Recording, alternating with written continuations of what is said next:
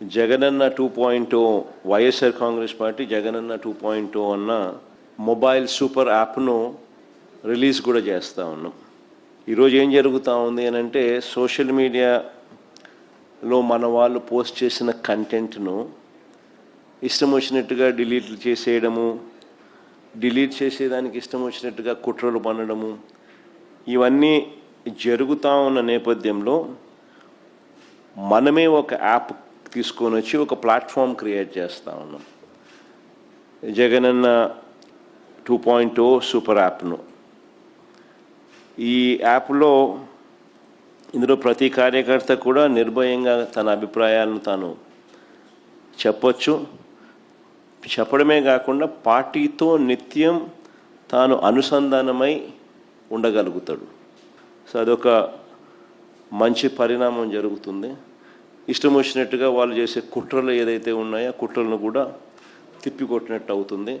Plus మన వాళ్ళందరికీ కూడా పార్టీలో ఉన్న చిన్న కార్యకర్త నుంచి సెంట్రల్ ఆఫీస్ దాకా ప్రతి నాయకుడు కూడా, నియోజకవర్గ స్థాయి నుంచి రాష్ట్ర స్థాయి దాకా ప్రతి నాయకుడితో కూడా కార్యకర్తలు కూడా అనుసంధానమై కూడా ఉంటాడు. ఫ్యూచర్లో కూడా ఇంకా ఈ యాప్ను ఇంకా కొంత బలపరుస్తూ కార్యకర్తలు ఏదైనా ఇబ్బందులు పడినా కూడా ఇబ్బంది పడ్డ కార్యకర్తకు తోడుగా ఉండే కార్యక్రమం కూడా రాబోయే రోజుల్లో ఈ యాప్ ద్వారా ఉపయోగపడుతుంది. మన డిజిటల్ డైరీ కూడా మన పార్టీకి సంబంధించి ఎవరైనా కూడా ఎక్కడైనా ఈ పోలీస్ హెరాస్మెంట్ వల్ల కానీ ఇంకొకరి హెరాస్మెంట్ వల్ల కానీ నష్టపోయిన ప్రతి కార్యకర్త కూడా డిజిటల్ డైరీలో ఏ రకంగా అయితే తాను నమోదు చేస్తూ ఉన్నాడో ఆ డిజిటల్ డైరీని కూడా దీంట్లోకి అనుసంధానం కూడా చేస్తాం.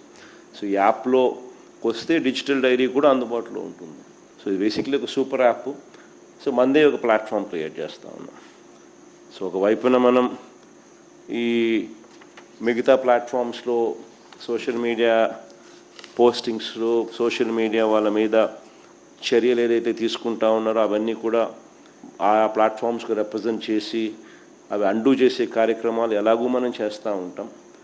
ఆ ప్లాట్ఫామ్సే కాకుండా ఈ ప్లాట్ఫామ్ ఒక సూపర్ ప్లాట్ఫామ్ కింద ఎవరూ ఆపలేని విధంగా మనం ఒక సూపర్ యాప్ను మన ప్లాట్ఫామ్ కింద మనం తీసుకొచ్చుకుంటాం.